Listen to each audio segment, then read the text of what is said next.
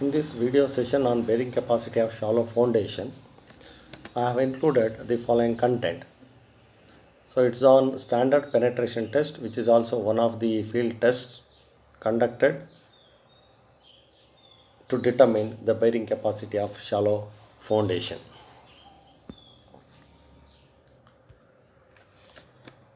Standard penetration test is an in situ test that is coming under the category of penetrometer test.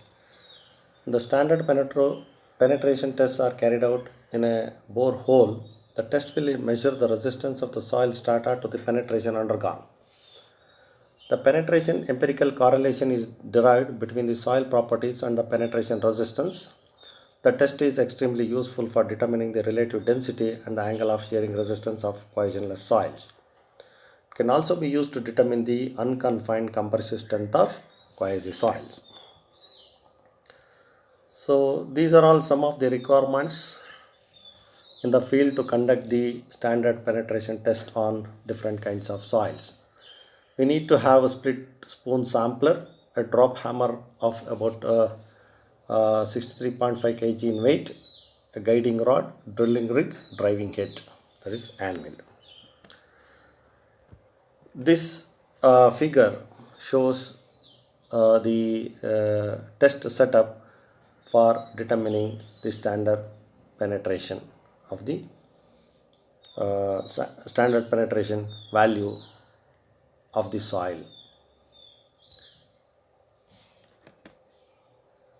The test is conducted in a bore hole by means of a standard split spoon sampler. So once the drilling is done to the desired depth, the drilling tool is removed and the sampler is placed inside the bore hole. So we need to have a split spoon sampler after drilling a hole. So we need to place the sampler. So by means of a drop hammer of about 63.5 kg in weight will be made to fall from a height of 750 mm at the rate of 30 blows per minute, and then the sampler is driven into the soil. This is as per IS 2131 of 1963. The number of blows of hammer required to derive a depth of 150 mm is counted. Further, it is driven by 150 mm and the blows are counted. Similarly, the sampler is once again further driven by 150 mm and the number of blows recorded.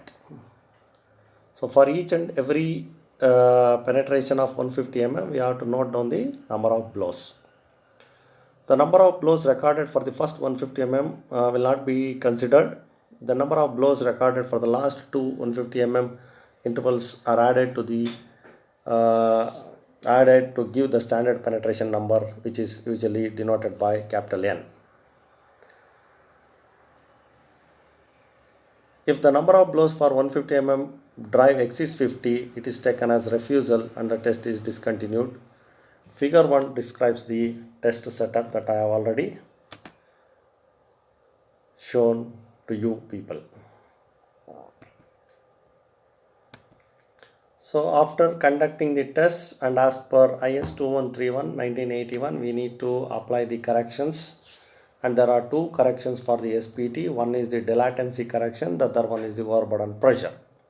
So let us come back and study what is this dilatancy correction.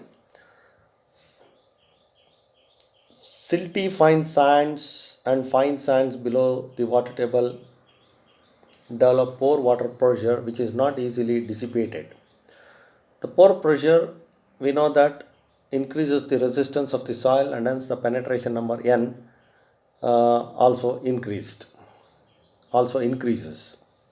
Terzaghi and Peck 1967 recommend the following corrections in the case of silty fine sands when the observed value N exceeds 15. So whenever the value of N, that is standard penetration number, exceeds the number of blows N exceeds 15, then we need to go for the corrected value of N. So now NC is the corrected SPT number, that is standard penetration number, where N is the observed SPT number. So NC is given by 15 plus 0.5 of n minus 15. So wherever the value of n exceeds 15, we have to use this dilatancy correction, and accordingly we have to study the properties of the soil. The second one is the overburden pressure correction, or correction for the overburden pressure. It is given by NC is equal to n of 350 divided by sigma naught plus 70, where sigma naught is nothing but the initial effective stress, which will be always equal to the total stress minus pore water pressure.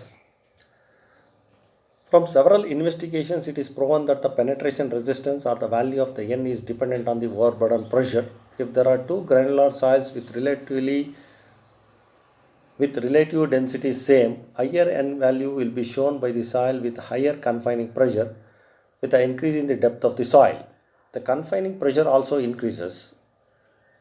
So the value of N at shallow depth and larger depths are underestimated and overestimated respectively. Hence, to account for this value of N obtained from the test, we need to go for a corrections which is called as overburden pressure, and in that cases we call it as we will derive or we will arrive at corrected SPT number by using the formula NC is equal to N of 350 divided by sigma naught plus 70. What are all the precautions to be taken during conduction of the SPT? I have mentioned here some of the precautions. The first one is split spoon sampler must be in good condition. The cutting shoe must be free from wear and tear. The height of fall must be 750 mm. Any change from this will affect the N value. The drill rods used must be in standard condition. Bent drill rods are not used. Before conducting the test, the bottom of the borehole must be cleaned. So we have some of the advantages in SPT, and those are: the test is simple and economical. The test provides representative samples for visual inspection, classification tests, and for moisture content. Actual soil behavior is obtained through SPT value. The method helps to penetrate dense layers and fills. Test can be applied for variety of soil conditions. Then we have limitations also.